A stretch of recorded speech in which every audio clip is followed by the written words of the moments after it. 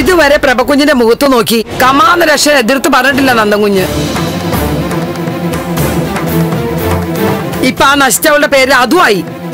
അവളെ ചന്ദ്രോത്തിക്ക് കൊണ്ടുവരുന്ന തന്നെയാ നന്ദൻകുഞ്ഞ് പറയണത്.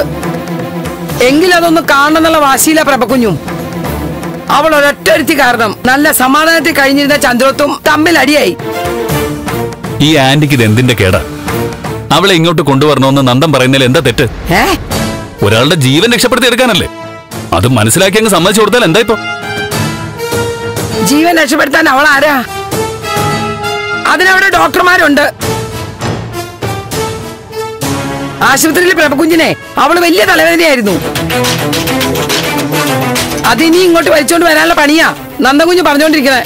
അതെന്തായാലും നടക്കില്ല.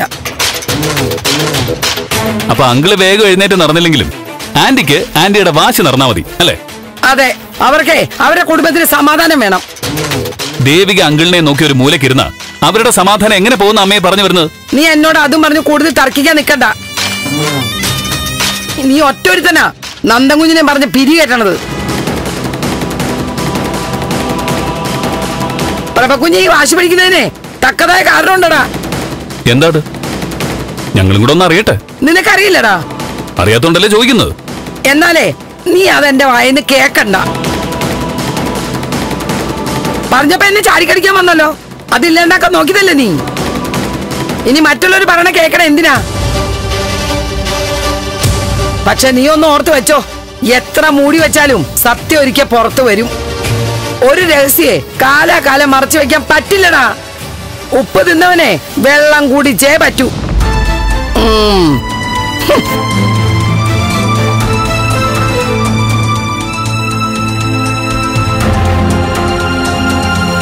ദേവികയുടെ കാര്യം വലിയ കഷ്ടം കേട്ടോ.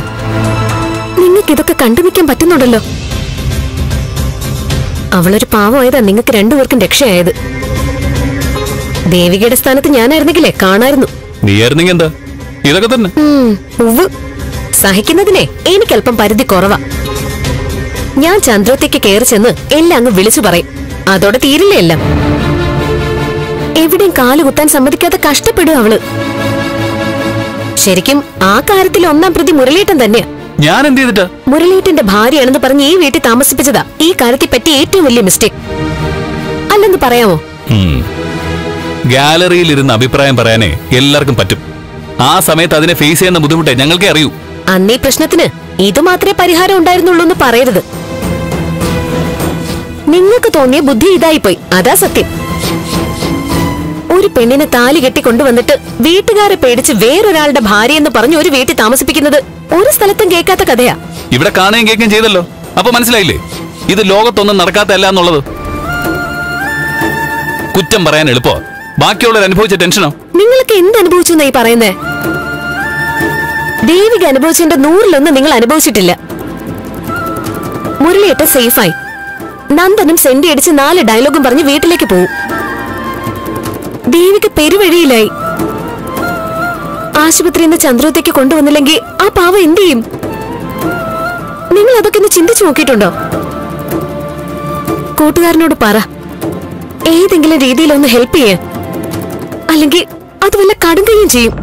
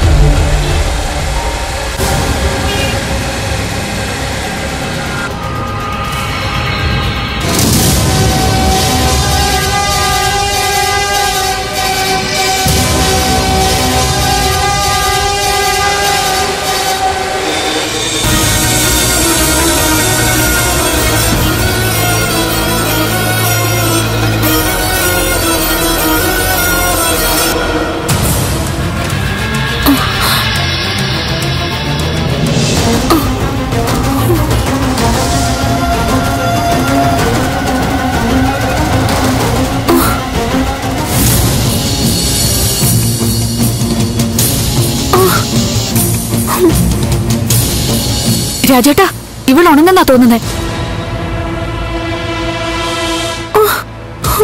ആ സ്പ്രേ എടുത്ത് ഒന്നുകൂടെ അടിച്ചോ, ഉറങ്ങിക്കോളൂ.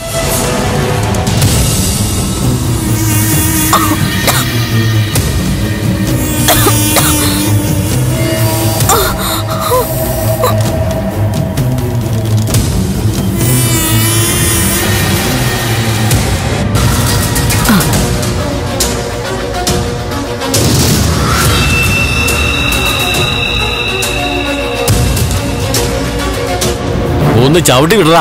6 മണിക്ക് മുമ്പ് എറണാകുളത്ത് എത്തണം. ഭായി വിളിക്കണ്ടേ രാജേട്ടാ? ഭായി അവിടെ വെയിറ്റ് ചെയ്യുമെന്നാ പറഞ്ഞേ.